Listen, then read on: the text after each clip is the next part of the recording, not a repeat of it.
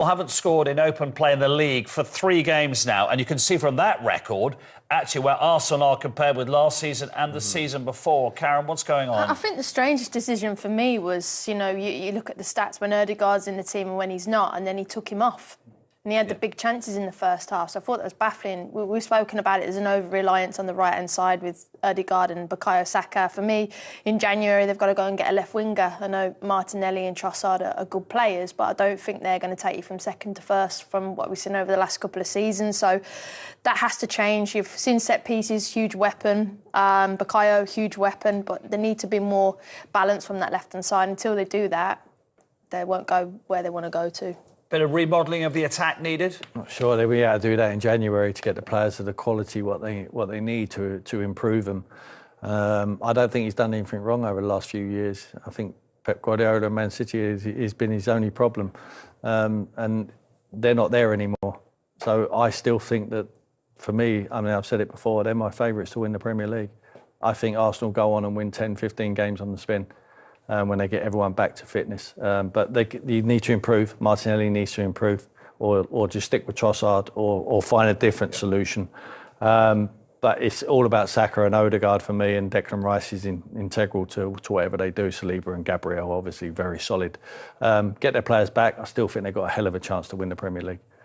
Derm, we'll see you later. And we're just chatting about this. Hi. Join us.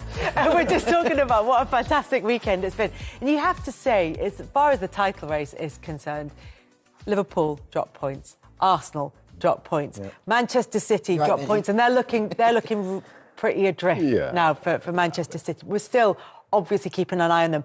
Nottingham Forest might need to keep a little eye on. But the big winners are Chelsea. Yeah. They go up into second place. They're only 2 points. I know Liverpool got a game in hand, but they're only 2 points behind them. They've put themselves in a really, really serious position because we've talked about them, but we haven't gone, well, maybe they'll drop off, maybe they'll... Not now.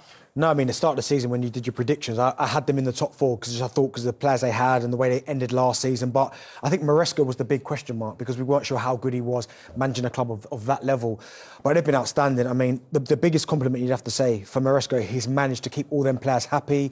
They're flying in the league, flying in Europe. I know a lot of the sides they've beaten, you'd probably expect them to beat, but they're in the title race for sure. Only 2 points behind Liverpool.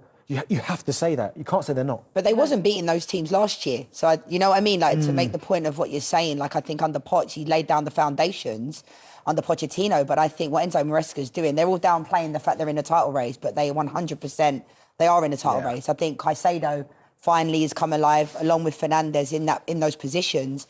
And I think, you know, the team selection, he's been able to tinker with it in Europe. The Sassi's played in there. Toten's gone in there as well. So I think, and Jackson is scoring goals, which he wasn't doing last year. So I think, and Cole Palmer, I mean, their list could go on. A lot of players are in a good run of form, and I think 100% Chelsea are in this title race for sure. I think that's the point, isn't it? It's not the teams that they've beaten, as you've said. It's the performances that they've put in those games. And yes, largely, maybe Villa apart, it's teams that they should be putting those performances in. But they're delivering. Yeah, Cole Palmer is I think he's the 3rd highest scorer in the Premier League at the moment with 11 goals. Nicholas Jackson's now on 9 so far this season. They're the only team in the top 4 with 2 players in that top sort of 5 or 6, well, I'd say 10 actually, in terms of scoring goals. But if you look at the Southampton game where they were 5-1 winners, there were 5 different scorers in that game. Yeah. So they're sharing the burden of the goals around. We saw a caption a few seconds ago of their recent run of wins, and the only one where there was a clean sheet was Aston Villa. And I think if there is something that could undo them, it's the fact that they concede goals. Even late in this game, they conceded against Brentford.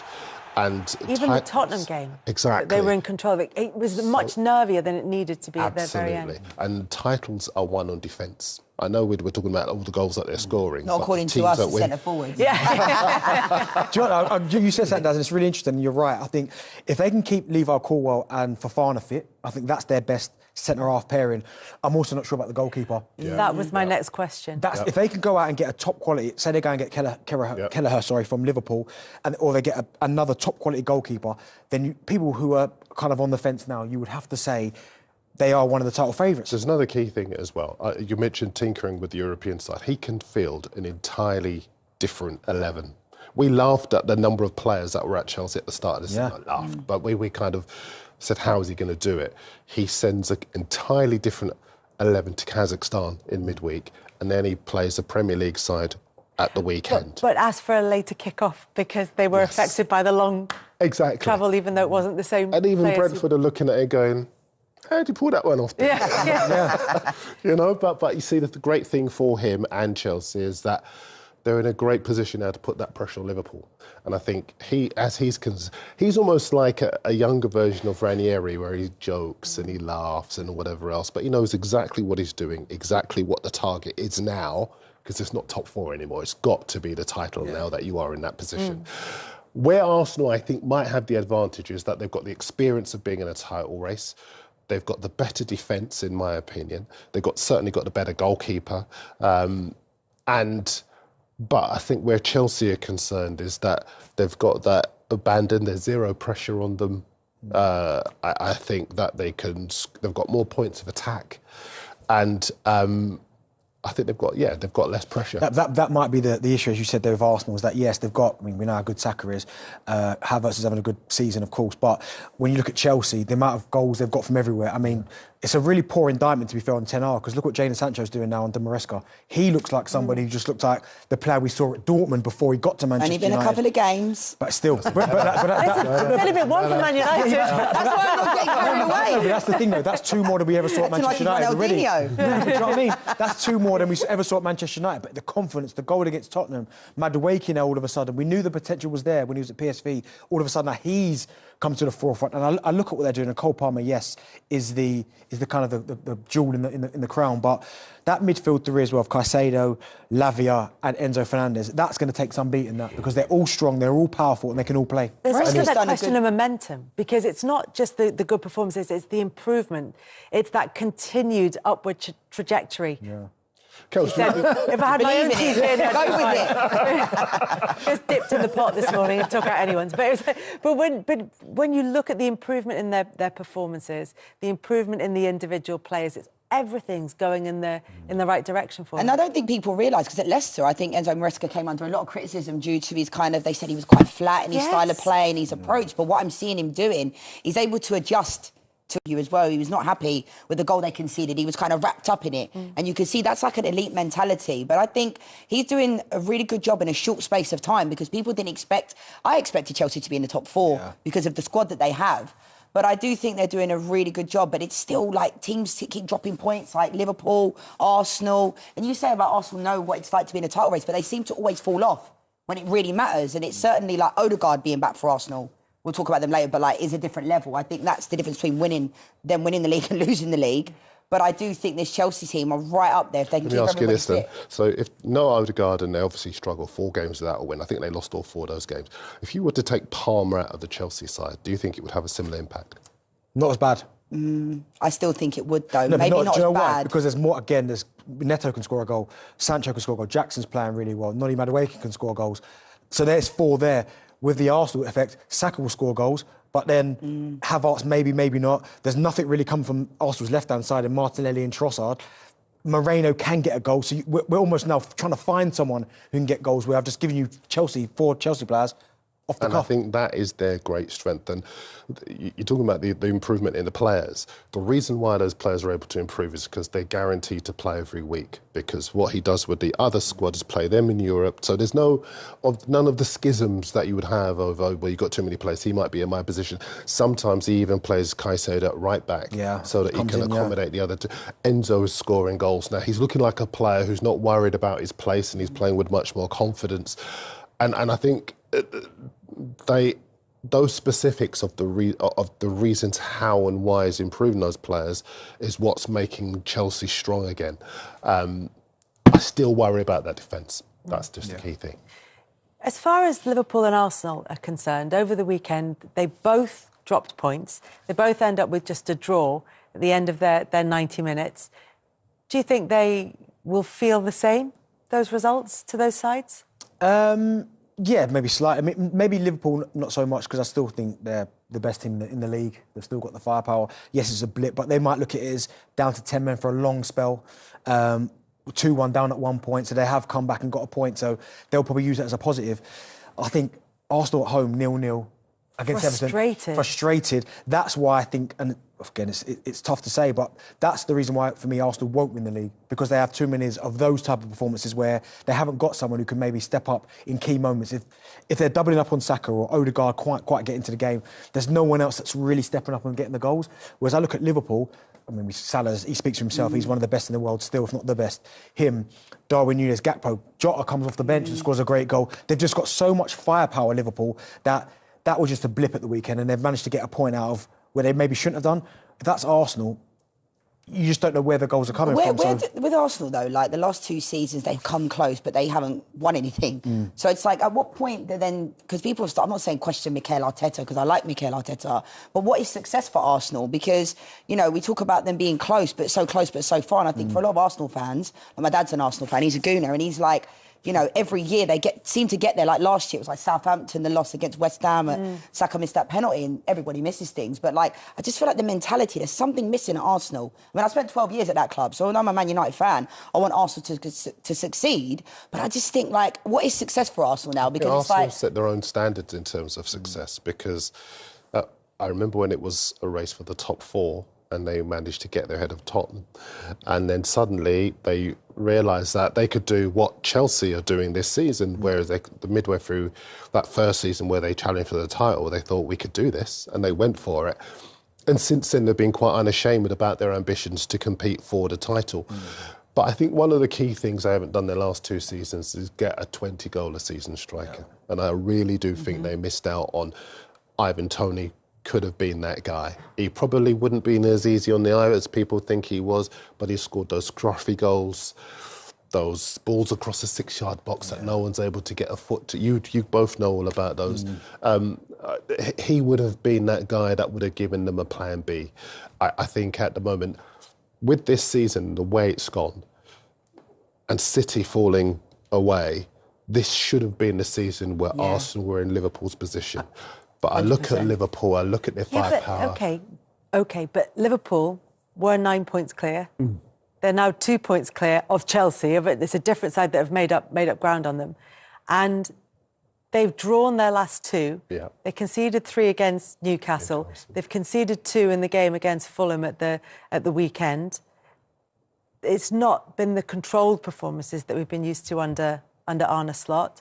So are there concerns for them as well? I don't think so, though. I don't know. There's a different feeling and a confidence about Liverpool, as much as it pains me to say it. Is it because of what Darren said, the fact that their draw against Fulham came from 1-0 down, 2-1 down to 10 men, that there was a sort of a fighting, battling aspect. The energy just feels different at Liverpool. I feel like when you watch them, they look like a team that's like when they won the league before under Jurgen Klopp, that's what they look like. Whoever's in there, whether it be Curtis Jones starting the game, he's having a great season. Harvey Elliott came on at the weekend. They have a lot of really good strength in depth. And I think Arne Slot's been able to implement his style in such a short space of time. And if everybody was able to be fit, like Jota's back now, came off the bench, but like they have a lot of injuries at Liverpool. But like what Benty said about Mo Salah, like, unbelievable. Like, give that man a new contract now for 5 years. I don't care. I know you laughed at me when I said that today. I don't care how old he is. Give him the contract. He is just on a different level. Look at him the weekend, like, bending the ball. He's fuming, isn't he, when he don't get the ball? I just wonder... this is me just having a little chat and speculating wildly. I just wonder if the Liverpool hierarchy might be looking at what's happening with City and some of their players in their 30s and thinking... Maybe. It can all turn so quickly. I don't know. It's such a good point. Because it's a great point. Thank you, Darren. Thank you, Leanne. Darren, do you want to... That's all we've got time for. Little curtsy and off I go.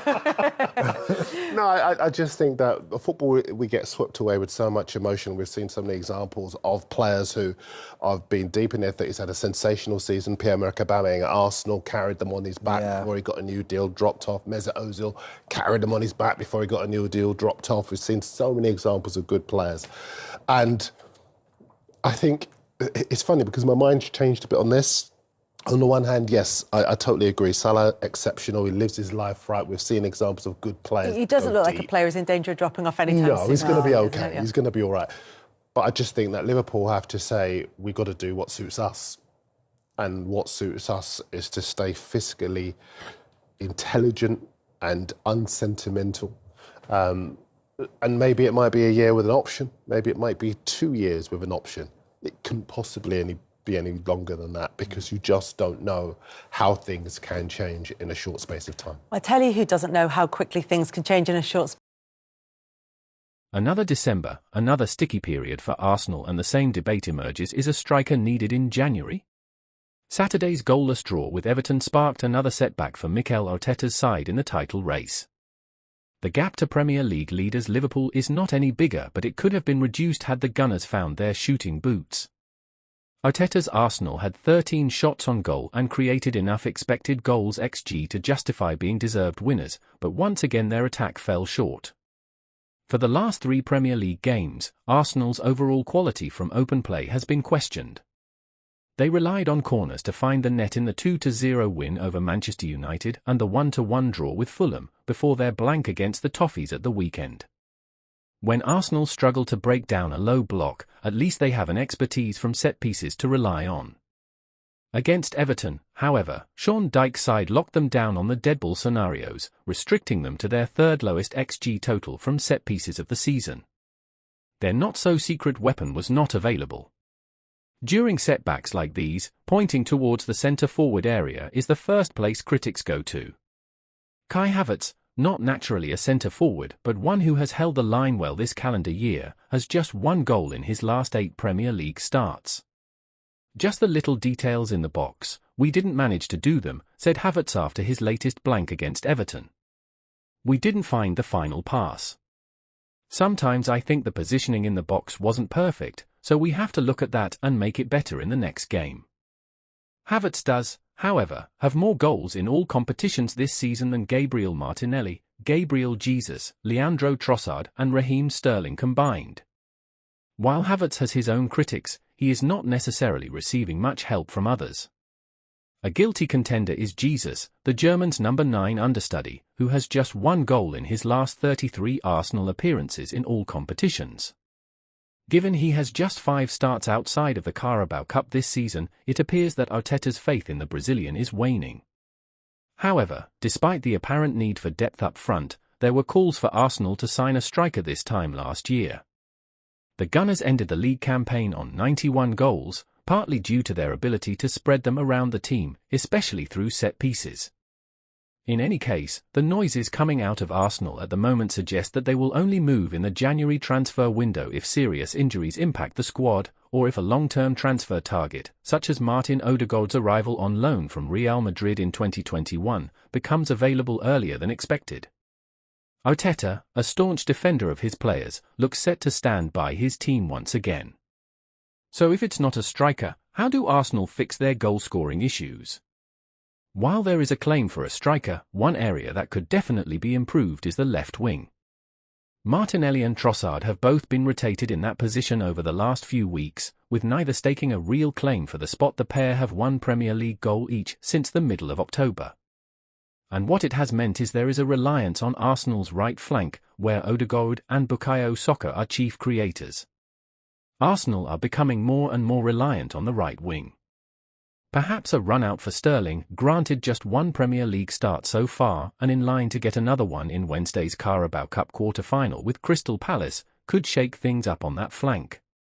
After all, Arsenal's free-flowing side of 2 seasons ago had Martinelli end the campaign on 15 Premier League goals. The Brazilian has managed just 9 in the 18 months since then, so there is an argument Arsenal's attack is currently imbalanced, weighted heavily on Saka's side, rather than lacking in quality through the middle. Another area of concern is a reliance on captain Odegaard. The Gunners felt the creative gap in their team when the Norwegian missed 6 weeks of the season from the middle of September, but it was even more on show against Everton on Saturday. Arteta took Odegaard off on 65 minutes, and while Arsenal's captain was not having his best game, the Gunners are not the same outfit when he's out of the team. Following that substitution, Arsenal had just 2 shots, which combined to 0.1 for XG, compared to an effort on goal every 5 minutes or so when he played.